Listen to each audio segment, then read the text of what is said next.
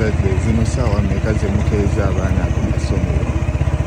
Sanze omusajja wattu ng'agenda ku ssomero mu mulabe zino ssaawa 11 zaakawere omwana aligenda ku ssomero, omwana wa P1 P2 ekkuba alimu yekka. Kavidiyo ako kamaze mu folder yange ya to-do list ndoze ennaku nga 2-3. Mu kavidiyo olaba omwana omuto ng'atambula mu luguudo nga obudde bukyakutte. Omwami amuvaako emabega ng'avuga booda. Ne yeebuuza nti amasomero mufa ki? Obudde oyinza okugamba either between ssaawa 11 ne 12. Nga omwana omuto ali mu kkubo yekka atambula. Ngenda kuddamu nkibuuze, amasomero mufa ki? Okukeera ennyo, do you have any proof nti it leads to proper academic excellence? There is no benefit in a child waking up ku ssaawa ezo to go to school. Tekiriyo.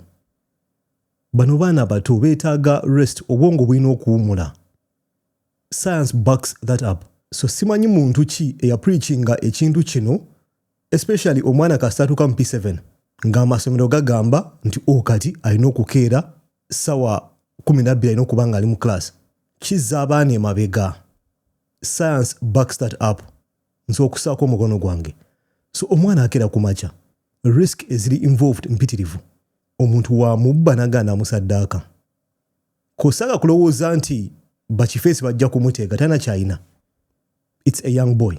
Naye waliwo risk y'omuntu ograbbing omwana nagana amukosa sacrifice. We have disturbed people mu ggwanga lyaffe. So amasomero mulina okwetereeza. It's not proven in any way nti omwana waakeera ennyo ngenda kukiddamu nti agenda kusoma bulungi. So mukola kyaki? Of course omuntu ajja kuŋŋamba nti bakikola bakyajinge omuzadde akasente balage nti tuli serious nti oshaba mweri essomero omwana watuuka mu P7 batandika okukeera ku ssaawa 12 nga bali mu class. Obwongo bw'omwana tebufunctioning nga bwe butyo. These are young kids. At 6 their brains are sleeping. Kati mmwe mukikola, and so many schools do it, aga private. Maybe ne government schools ezimu they sneak it in. Ne bagamba mukere ku makya ne bayisaka circular nti omuzadde twagalayo $5,000. There is no benefit in waking up early omwana ng'oyo primary school mbajja mu class kusoma. Tekiyamba. Omwana ne yeetaaga okuwumula, obwongo bukule. They are young kids. So kati mmwe mwina amateeka g'ekifuula nnenge, and I'm sure Ministry of Education tepromoting bintu bino. Amasomero gakikola mu bubba. Day in, day out, you're breaking the law. Mukeeza abaana ku makya ssaawa 11. Can you imagine the safety of the kid? Ng'ali kurashinga buli wakuba tulina okubeera mu class ku ssaawa 12. Tugenda soma SST. Yakyaliyo. Tugenda kusoma math. Tewali kyagenda kufunamu mu kaseera ako kigenda kukola difference ku final result ye. These things are backed up by research. Wano njuga n'abasomesa n'aba HM. Tewali advantage omwana gy'afuna kukeera mu class kusoma. Okusoma okuli healthy kulina otandika ku ssaawa 3 ne kugwa ku ssaawa 9. Within that period omwana obwongo obusinga okubeera active waasinga okukwatira. Beyond that omala budde bwo. Kati omwana ngoyo nkimanyi ye mwana muto. Some families think nti wakeera ku makya the school ekola nnyo. Essomero lyo basomesa. Bakeeza abaana watuuka mu ky'omusanvu ku ssaawa 11 alina oba ng'azukuse. Nga kiri cramped. There's no benefit. Instead kikola more damage nti omwana obwongo ne byakwata tebiwangala mu bwongo. So oba omala budde. Twetaaga Ministry of Education eteekewo at least strict laws ku masomero gano. Nti bakwate ng'okeeza abaana baffe ku ssaawa 11 mbu olina morning lessons ate nga I'm sure they pay for them. I'm sure basasula y'akasente. Bakukwate ng'obakeezezza. Bakuwe either fine ennene, kosagala gamba nti essomero balisibe. Tekiyamba. Either they fine you, oba bakuteekeko mu kkomera. HM. Oba director. This is unacceptable. You cannot make young kids wake up at 5 to come to class at 6. Fenna twasoma. Tukuze, we've gone through all levels of education. Kino nkigamba, you don't have a benefit. Gomuzadde ndaba, there's no benefit of your kid waking up at 5 to come to class at 6 mbazze kusoma. Omwana oba omuteeka ku risk. Kibba baana ajja kumubba bagende mu ssawo bamusaddaake. Something can happen to him. Olaba nti omwami wa boda was in shock. Nti olaba omwana nga olaba clouds, lightning, nga most likely enkuba egenda kutonnya ng'omwana agezaako okwanguwa. Minister of Education olina okusteppinga in ebintu nga bino, they're unacceptable. Tweyongereyo. Joseph Kony. UPDF repatriates Kony wives and children from LRA captivity in Central African Republic. Baba Jeyo. Abakyala n'abaana, they went ahead ne batuwa document, press release, Ministry of Defense, nga bagamba nti bano abakyala baali bawambiddwa. We all know engeri Kony gyakolangamu operations ze. It was nasty. It was disgusting. Nga asalako zi camp, n'atwalamu obwana obuto, n'agenda n'abukuza. Eventually, ne bafuuka bakyala be. Mu kaseera kano bagamba nti in total 8 Kony wives and 13 children escaped from captivity in January omwaka guno. Kwegamba nze I thought ono guy yali yafa. That's what I thought. But it seems nti akyaliyo, but you can see a picture of a weekend rebel group. Takyalinga we yali. UPDF yamusaako ekijinji nemukuba nemugoba mu Uganda n'agenda mu in the forests, Central African Republic. Jabadde. So the rebel group is weakening. Twalabye nga abakyala, the kids are beautiful. Image of course, patrol yakoze omulimu omulungi. They darken the faces. Naye nga the kids look healthy. Balabika bulungi nnyo. It's sad. Okulaba omusajja nazi delusions ezize cause Kony was deluded. Oba is deluded. Waba akyali mulamu. He was a madman. The behavior or the feeling mbu yalina superpowers, Lord's Resistance Army, nti ayogera ne Katonda, embeera bwetyo. He was a crazy man who used his delusions of propagating ideas as of creating rebel groups. Thank God UPDF yamoverpowering. Nemukuba n'ava mu Uganda n'agenda eyo gy'asafaringira. We pray for his death. I'm sorry to say that. Because ono omwami ebintu byakoze, they are unimaginable. You just have to see with your eyes. Abasinga obungi kumu abandaba muyinza okuba nga muli baana bato, or you've not seen the impact of this deluded man. Yalina ekikyamu ku mutwe. He was a crazy man who did crazy stuff. Kusalako bantu mimwa, kukola outrageous crimes. So wenzija wano ku channel nensabira okufa kwe tonnenya. Tusaba Katonda mwe punishment esingayo amaanyi, oba punishment ekyasinzeeyo kya deservinga. Kirungi nti abaana right now they are safe. We pray cause ebintu bye bayisemu nga bali mu nsiko. They are not normal kids. Beetaaga rehabilitation. They need support psychologically. Basobola okufitinga mu societies ze bagenda okubateekamu. So omulimu tegukoma wano. It doesn't end at getting these kids back home. Better go kutereza upstairs. Otherwise, I don't think they are the normal kids. Kyentegeeza gwandaba talinga mutabani wo, talinga muwalawo. Tomanya bano ba rebels, they are crazy. They are deluded. Ayinza okukwata emmundu n'agiwa omwana ono, you never know. Maybe one of them has pulled a trigger. One of them might have taken a life. So omulimu tegukoma wano. more work needs to be done. Rehabilitation. Okuba buda babere mu environment that normal people survive in. Otherwise, wetubajja mu nsiko ne tubaleeta mu civilian life, kanjite civilian life cause babadde with a crazy military guy, a crazy rebel. So webajja mu societies, life egenda bayanjawulo nnyo.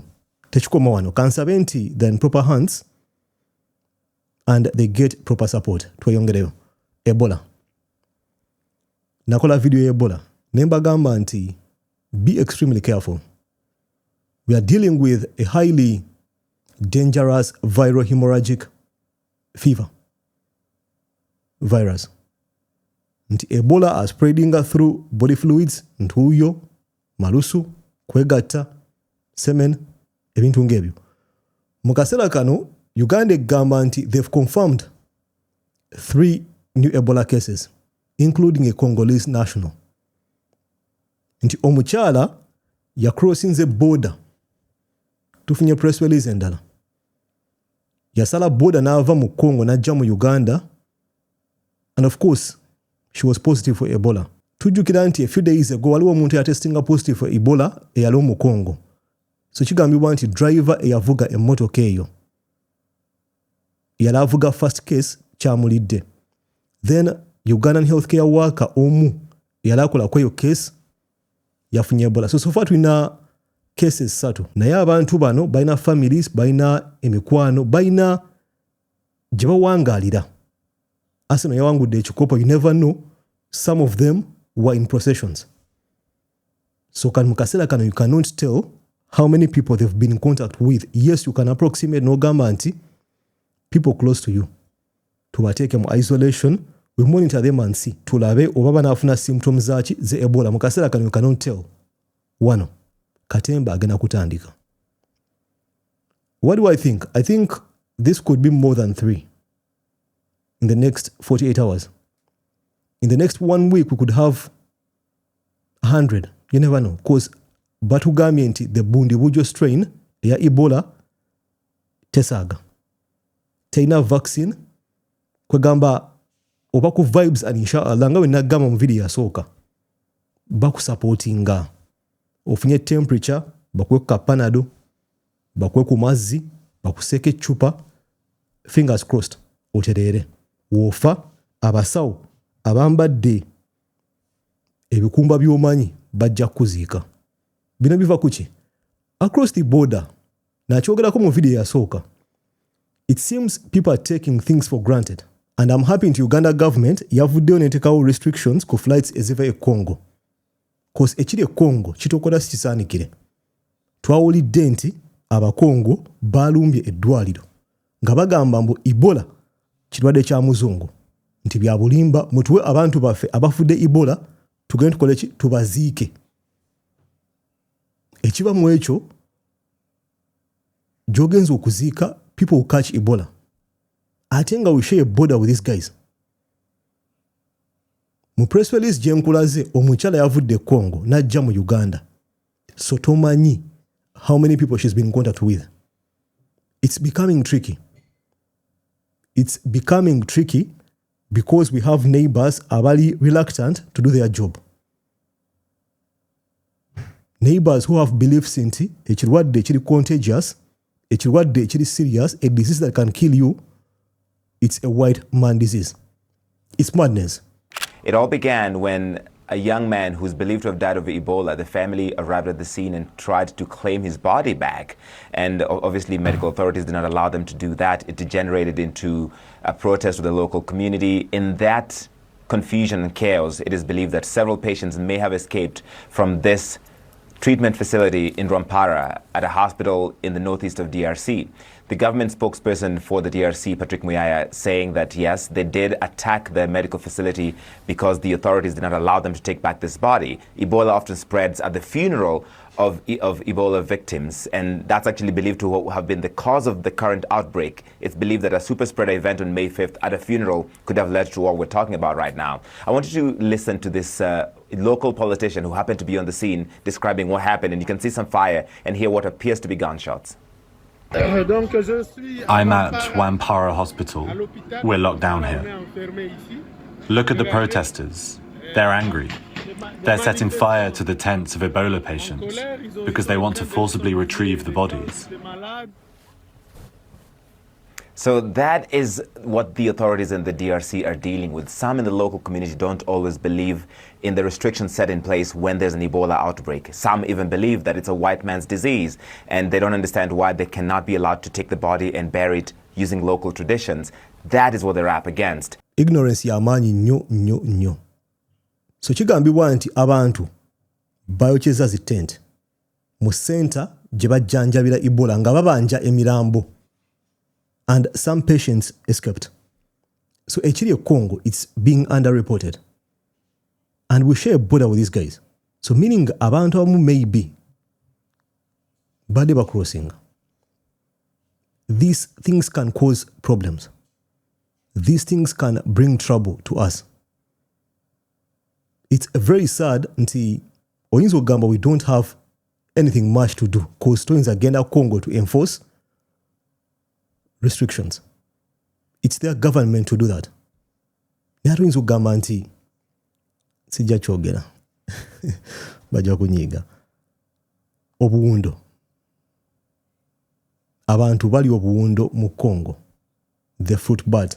Akawundo ekaba kalina Ebola, omuntu ajja kumukwata, they begin spreading it. The outbreaks of Ebola since 1976. Ngoyinza ogamba origin mu Congo. These are habits you can avoid. Naye siri sure why people don't avoid them. Ngenge nkugambe you can't put restrictions mu Congo since yaffe, but ngena kuchida my hope mu ggwanga lyaffe we don't have people who eat bats. I'm just praying nti tetulina cultures z'abantu balya buwundo. Ministry of Health yavudde negamba nti yeetaaga billions 9 for Ebola preparedness. Kwagamba okwetegeka of what might come. Ndaya abantu bangi nga bagamba it's a lot of money. No, it's not. It's not. Obolowooza it's a lot of money, then tomanyi what we are dealing with. You do not have, or you can't comprehend the extent of the dangers we are in right now as a country. Number one, having a neighbor who is so ignorant, people who are so reluctant to follow restrictions, nga we share a border with them. Nga mukasera kano tuyina confirmed cases 3 mu ggwanga. 90 billion is not a lot of money. Okulwanisa ekirwadde nga Ebola. It's not. Twawulidde nti USA egenda kwelizinga aid egezeeko okuyamba. Of course baava mu WHO, so oyinza okugamba tekibakwatako nnyo, naye you can see nti nabo batidde. Because they know from Uganda it doesn't take much for Ebola to reach the US. It takes one passenger alinye ennyonyi agende, even Mexico, even Argentina, even close by Canada, and trouble starts. Chovolaba nti bavudde ne bagamba tujja kuyamba million 35 eza dola. Katusabe omanyi eggwanga lyaffe tulina okwogera ekintu kino. Let's hope zino sente zijja kukola omulimu ogwo. Yes, I acknowledge the money is not enough. Billion 9 ntono. You need more, but let's hope temugenda kuzimamu apartments. Then you bring us trouble. Nemutuza mu vibes za 2019-2020. Nja kusaba ompendo wozayo mu comment section wansawo enebadde crazy things in Uganda. Obirowoozaako ki? Stories enkonyeeko abaana abagenda ku ssomero sawa 11. Mpendo wozayo mu comment section wansawo. Nja kula mu video dako. Peace.